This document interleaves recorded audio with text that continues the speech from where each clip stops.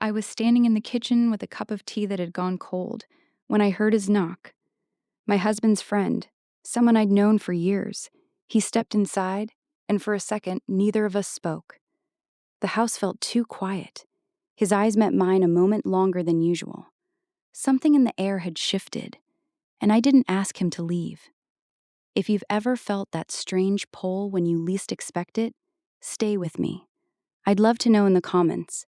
Have you ever had a moment where everything felt different? The rain had been falling steadily since late afternoon, the kind of gentle, endless drizzle that makes the whole world feel smaller and quieter. I was home alone again. My husband, David, had left 3 days earlier for a work trip upstate. He'd kissed me quickly on the cheek, promised to call when he landed, and then he was gone. The house settled into that heavy silence I'd grown far too familiar with over the last couple of years. I'd spent the evening drifting from room to room, folding laundry that didn't need folding, wiping counters that were already clean. Anything to fill the emptiness.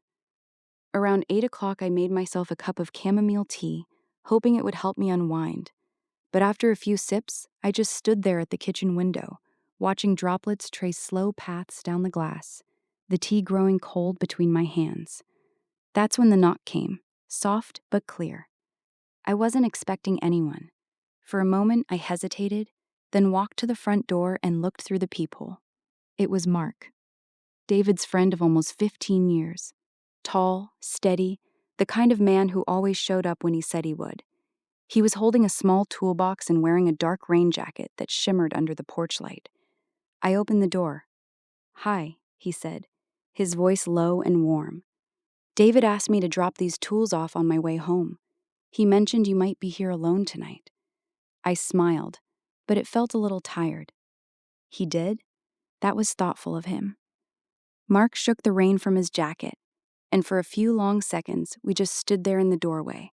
The rain sounded softer now, almost like background music. His eyes met mine, nothing dramatic, just a little longer than normal. I noticed the small lines at the corners of his eyes, the way the porch light caught the gray starting to show in his hair. Things I'd seen 100 times before, but somehow felt different tonight. "Come in," I finally said, stepping aside. "You're getting wet." He wiped his shoes carefully on the mat and stepped into the hallway. The house, which had felt so empty all evening, suddenly felt occupied in a way that made the air feel thicker. I closed the door behind him, and the latch clicked softly. Neither of us moved right away. "I won't stay long," he said. "I know it's late." "It's fine," I replied, surprised by how quickly the words left my mouth. I wasn't doing anything important. I led him into the kitchen and offered him coffee. He accepted. While I prepared it, I could feel him standing near the doorway, watching the rain through the window. There was something comforting about having another person in the house. After days of only hearing my own footsteps and the occasional text from David saying he was tied up in meetings, Mark's quiet presence felt like a small, unexpected gift. We carried our mugs to the living room and sat on opposite ends of the couch. At first, the conversation stayed light. How the traffic had been, how David's project was going, the usual things. But after a few minutes, the talk shifted. Mark set his mug down and leaned back slightly. "Honestly, it's been a rough couple of months for me too," he said quietly. "Since Sarah and I separated, the house feels too big, too quiet." I looked at him. Really looked. I had known about the separation, of course. David had mentioned it months ago, but I hadn't realized how much it still weighed on Mark. Something in his voice touched a place inside me I usually kept hidden. "I know that feeling," I heard myself say. "David's gone so often lately. Sometimes I walk through the house and wonder how it can feel this empty when I have everything I'm supposed to have." The words surprised me as they left my lips. I didn't usually share things like that, not even with my closest friends. But sitting there with Mark, with the rain tapping steadily against the windows and the warm light of the lamp between us, it felt safe to speak. He listened. Not the polite, half-distracted way people sometimes do, but really listened. His eyes stayed on mine, patient and kind. I found myself noticing the way he nodded slowly, the small furrow between his brows when I mentioned how long David had been traveling this year. It had been months since anyone had paid that kind of attention to how I was actually feeling. The coffee grew cold, just like my tea had earlier. Time passed without either of us checking the clock. I realized I was leaning forward slightly, hanging on his words as he spoke about the loneliness that comes after a long marriage ends, and I was listening more carefully than a married woman probably should. Something felt different tonight. I didn't move away when our eyes met again across the couch. I didn't suggest that maybe it was getting late. Instead, a quiet, unexpected comfort settled over me. The kind you don't realize you've been missing until it arrives. The rain continued outside, steady and soft, and I caught myself thinking, I don't want him to leave yet. Not yet. The rain continued outside, steady and soft, and I caught myself thinking, I don't want him to leave yet. Not yet. We had finished our coffee, but neither of us made a move to end the evening. Mark glanced at his watch once, then looked back at me with a small, almost apologetic smile. I should probably get going, he said, though his voice didn't sound convinced. You don't have to rush, I replied softly. The words came out before I could question them. The rain hasn't let up at all. He nodded, and we kept talking. What started as casual updates about David's project slowly drifted into deeper water. He told me more about the separation from Sarah, how it wasn't dramatic or angry, just two people who had quietly grown apart. The way he described the slow unraveling of their daily life made my chest tighten with recognition. I used to think that as long as we were still under the same roof, we were fine, he said, his voice low and thoughtful. But one day you realize you're just sharing space, not really sharing a life anymore. I set my empty mug on the table and pulled my legs up onto the couch, turning slightly toward him. I understand that more than you know, I admitted. David's been traveling so much these past 2 years. When he's home, he's tired. When he's away, I try to stay busy so I don't notice how quiet the house is. But some nights, it's hard not to notice. Mark listened like my words mattered. His eyes stayed gentle, never drifting to his phone or the clock. I hadn't felt truly heard like this in such a long time. Not by David, not by anyone. There was a warmth in being seen that I didn't realize I'd been starving for. As the conversation continued, we both reached for the same coaster at the same moment. Our fingers brushed lightly.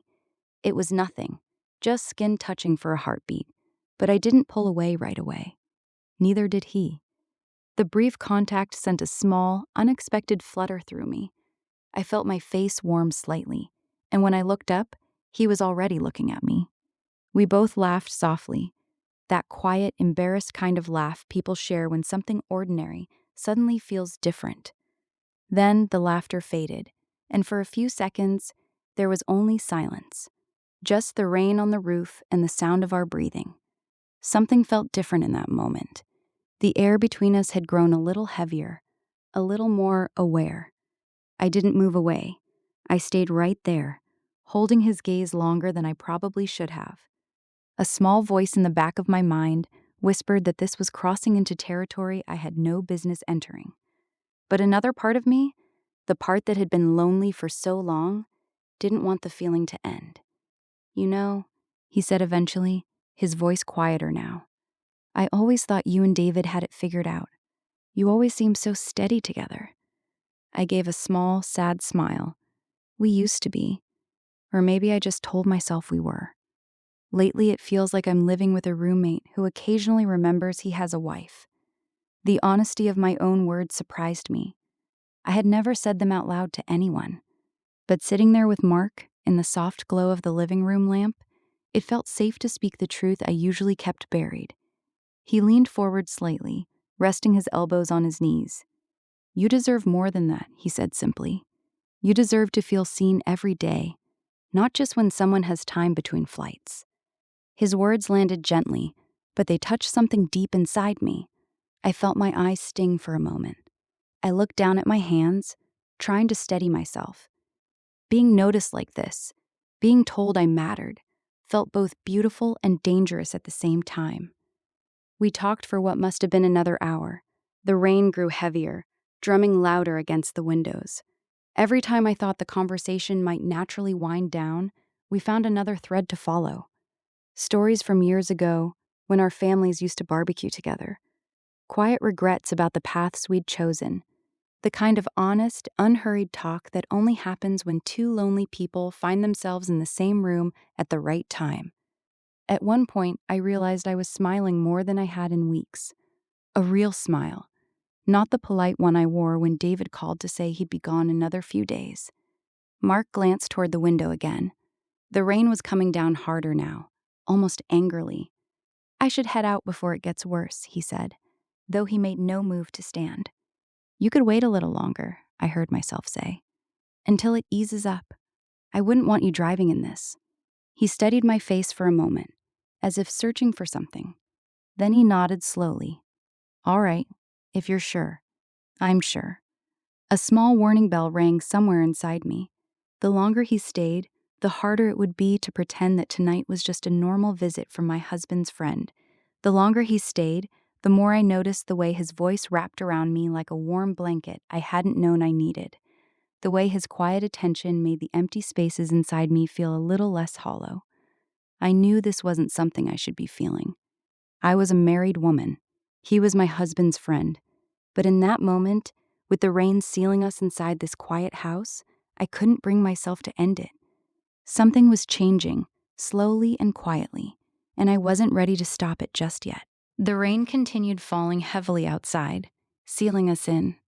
Something was changing, slowly and quietly, and I wasn't ready to stop it just yet. Time had slipped away without either of us noticing. It was getting late, well past 10, and my stomach reminded me I hadn't eaten much all evening. I stood up from the couch and suggested we move to the kitchen. "I could make us something simple," I said. "Nothing fancy, just toast or eggs if you're hungry." Mark agreed easily, and we walked together down the short hallway. The house felt different with him in it, warmer, more alive. I turned on the under-cabinet lights and started pulling things from the fridge. He leaned against the counter, watching quietly at first, then offering to help. Soon we were standing side by side, chopping vegetables and cracking eggs for a simple omelet. There was something strangely intimate about the moment. The soft clink of utensils, the low hum of the refrigerator, the rain tapping against the kitchen window. We kept talking as we worked. The conversation had moved past surface level now, into quieter, more honest territory. He told me about the last year of his marriage, how he and Sarah had stopped really looking at each other, how conversations had become checklists of chores and schedules. I listened, nodding slowly while stirring the eggs. His voice was calm, but I could hear the sadness underneath. "I started feeling invisible," he said quietly. Not in a dramatic way, just like I was there, but no one really saw me anymore. I paused, knife hovering over the tomatoes. Those words hit me harder than I expected. "I know exactly what you mean," I whispered. "David and I have been married for 14 years. Some days I feel like I'm just part of the furniture. He comes home exhausted. We eat, we sleep, and then he's gone again. I've started wondering if this is just what marriage becomes after a while." Mark set down the spatula and turned toward me. I kept my eyes on the cutting board, but I could feel him looking at me. "You deserve to be listened to," he said, his voice low and sincere. "Every day, not just when someone has a spare moment." The words settled over me like a warm blanket I didn't want to shake off. I felt my throat tighten. For a long moment, I didn't reply. I simply stood there, facing the counter, letting his words sink in. Then I turned slowly to face him. He was closer than I realized. We were standing only a foot apart, close enough that I could see the faint stubble on his jaw, the way his eyes held mine without looking away. Neither of us stepped back. The air between us felt thick, charged with something neither of us was naming. My heart beat a little faster. I knew I should move, create some space, say something light to break the moment.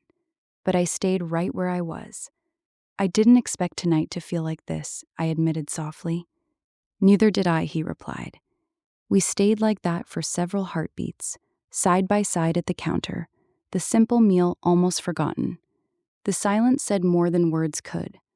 I felt a pull I hadn't felt in years. Not excitement exactly, but a deep, quiet longing to be truly close to someone again. Guilt flickered somewhere deep inside me, but it was drowned out by how good it felt to be seen.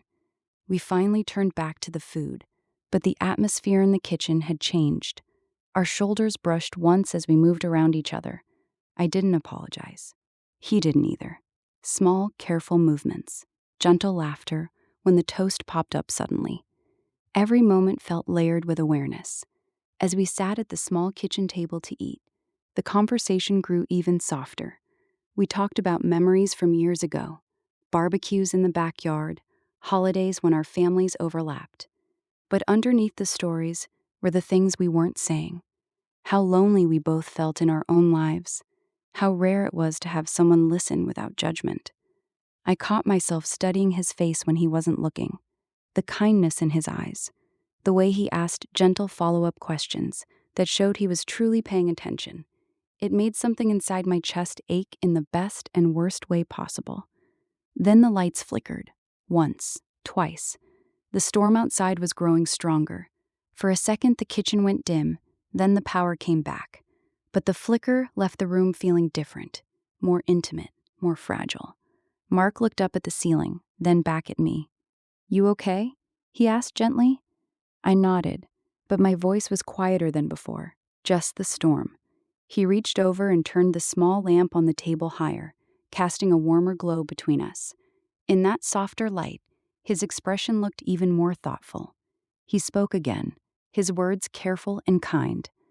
"Whatever you're feeling right now, it's all right. You don't have to explain it." His voice wrapped around those words so tenderly that my heart ached.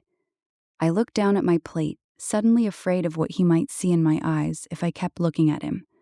Questions swirled in my mind. How far could this closeness go before it became something I couldn't take back?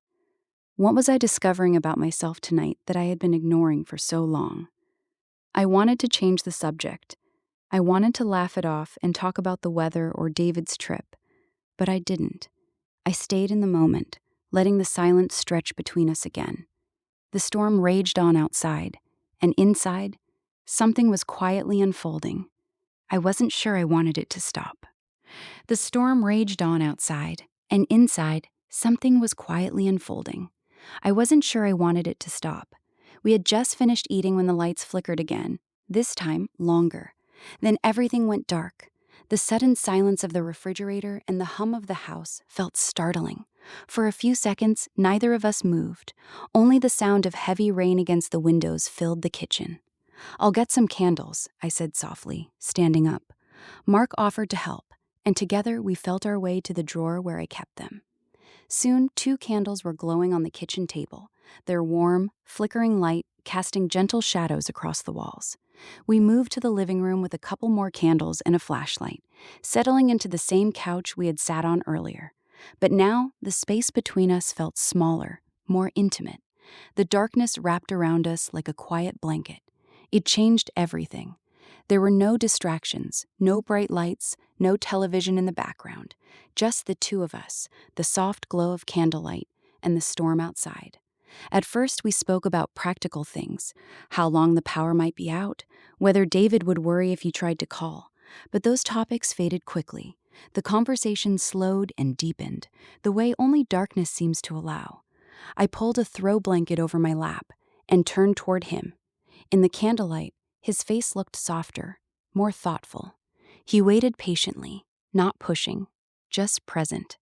"I've never told anyone this," I began, my voice barely above a whisper. "But sometimes I lie awake at night, wondering if I'm disappearing. Not in a big, dramatic way, just slowly. Like my life is happening around me, and I'm watching it from the outside." Mark didn't interrupt. He simply nodded, his eyes steady on mine. "David is a good man," I continued. "He works hard. He provides. But I miss feeling close to him. I miss being asked how my day was and actually having him listen to the answer. Lately, I've started to wonder if I even know how to be close to someone anymore." The words felt heavy as they left me. but also freeing. I had carried them alone for so long.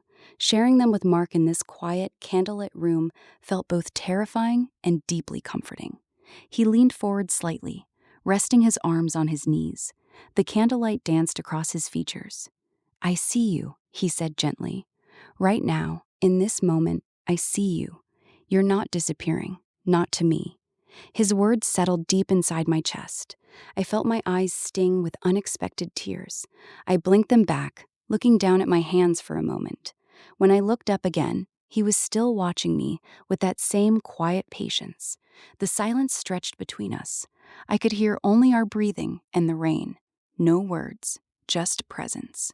And in that silence, something passed between us that neither of us named. I didn't move away. I stayed right there, wrapped in the blanket, letting myself feel seen in a way I hadn't been in years. We talked for a long time after that. He shared more about his own emptiness after the separation, how some nights the quiet felt crushing, how he sometimes drove around the city just to feel like he was going somewhere. I listened with my whole heart. Every word he spoke made me realize how starved I had been for real connection. At one point, he leaned forward a little more to say something important. His voice dropped even lower. "You have such a gentle way about you," he said. "It's easy to be around you, easy to talk to you." I haven't felt this relaxed in months. I held my breath without meaning to. Our eyes locked in the soft glow. The space between us felt charged, alive with everything we weren't saying. My heart beat steadily, a mix of fear and warmth swirling inside me. I knew this was dangerous territory. I was a married woman sitting in the dark with my husband's friend, feeling things I had no right to feel. Yet I couldn't bring myself to pull back. Instead, I whispered, "I feel the same way tonight." I didn't expect to, but I do. Another long silence followed. The candles flickered, sending soft shadows across the walls. I could feel the weight of the moment pressing gently on us both. Not rushing, not demanding, just present, close. I shivered slightly as the house grew cooler without heat. "You're getting cold," Mark said quietly. He slipped off his jacket and held it out to me. "Here, take this." I hesitated for just a second, then reached for it. As I took the jacket, our fingers brushed again. This time, the touch lingered a little longer. I pulled the jacket around my shoulders. It carried his warmth and a faint, clean scent that felt strangely comforting. When I looked up to thank him, our eyes met fully in the candlelight. Neither of us looked away. In that moment, a wave of emotions washed over me. Gratitude, guilt, longing, and something softer I couldn't quite name. My heart felt full and fragile at the same time. I wanted to say something to break the tension, but no words came. I simply sat there, wrapped in his jacket, letting myself feel everything. The storm outside showed no sign of stopping. If anything, it seemed to grow heavier, keeping us suspended in this quiet, candlelit world we had accidentally created. I knew the power would come back eventually. I knew he would have to leave. But right now, in this moment, I wasn't ready for any of it to end. I wasn't ready to return to the quiet, empty house and the life that had started to feel so distant from me. Something inside me was shifting, slowly and deeply, and I was letting it happen. The power finally returned sometime after midnight. The lights clicked on softly throughout the house. The refrigerator hummed back to life, and the sudden brightness felt almost intrusive after the gentle glow of the candles. Mark blinked and looked around, as if the real world had stepped back into the room with us. He gave a small, quiet smile. "Looks like the storm is easing up too." I nodded, pulling his jacket a little closer around my shoulders for one last moment before slipping it off and handing it back to him. Our fingers brushed again as he took it, but this time the touch felt different, gentle, final, full of everything we hadn't said. We stood up slowly. The air between us had grown heavier with the knowledge that the night was ending. I walked him to the front door, my footsteps quiet on the wooden floor. The rain had softened to a light drizzle, tapping gently against the porch roof. At the doorway, we paused. Mark turned to face me, his expression calm but thoughtful. For several long seconds, neither of us spoke. We simply stood there, close enough to feel the shared warmth of the evening we had just lived through.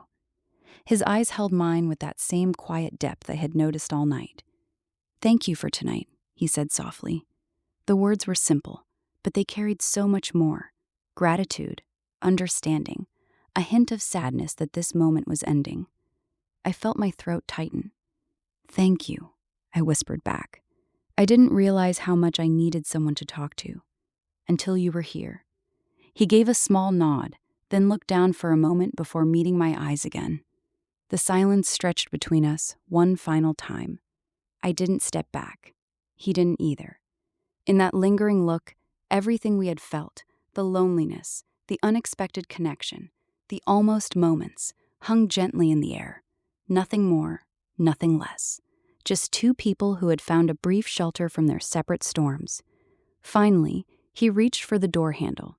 "Take care of yourself," he said. "And if you ever need to talk again, you know where I am." I smiled, a small, bittersweet smile. "Drive safely." He stepped out onto the porch. The cool night air brushed past me as I watched him walk to his car. He turned once under the porch light, gave a small wave, and then he was gone. The sound of his engine faded down the quiet street until there was only the soft rain and the beating of my own heart. I closed the door and leaned my back against it. The house felt different now. Not emptier exactly, but fuller, with everything I had discovered tonight. For a long time, I just stood there, eyes closed, letting the weight of the evening settle over me. What had almost happened? Nothing, really. And yet, everything had shifted inside me. I thought about David, about our marriage, about all the nights I had sat alone in the same house, slowly accepting the distance between us as normal. Tonight had shown me something important. I was lonely, deeply lonely, and that loneliness had made me vulnerable to the kindness of a man who simply listened. It wasn't Mark's fault. It wasn't even really about him. He had simply walked into a space that had been empty for too long.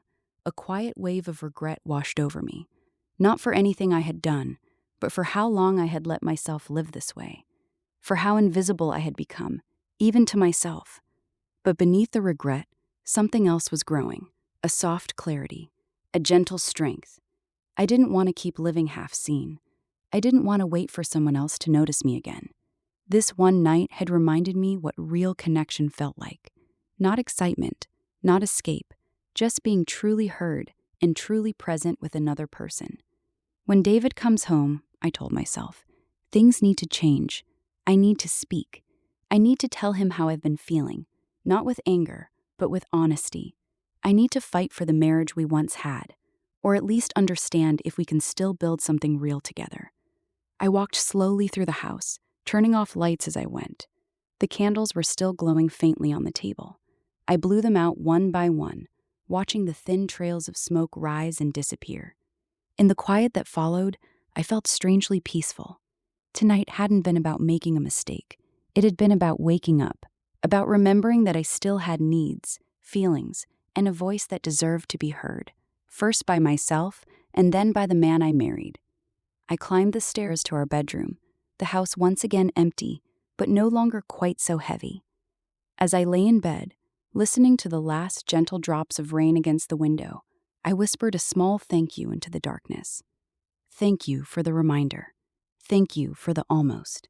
Thank you for showing me what I've been missing inside my own life. And with that quiet realization, I closed my eyes, carrying a new sense of resolve into tomorrow. The night was over, but something important had just begun.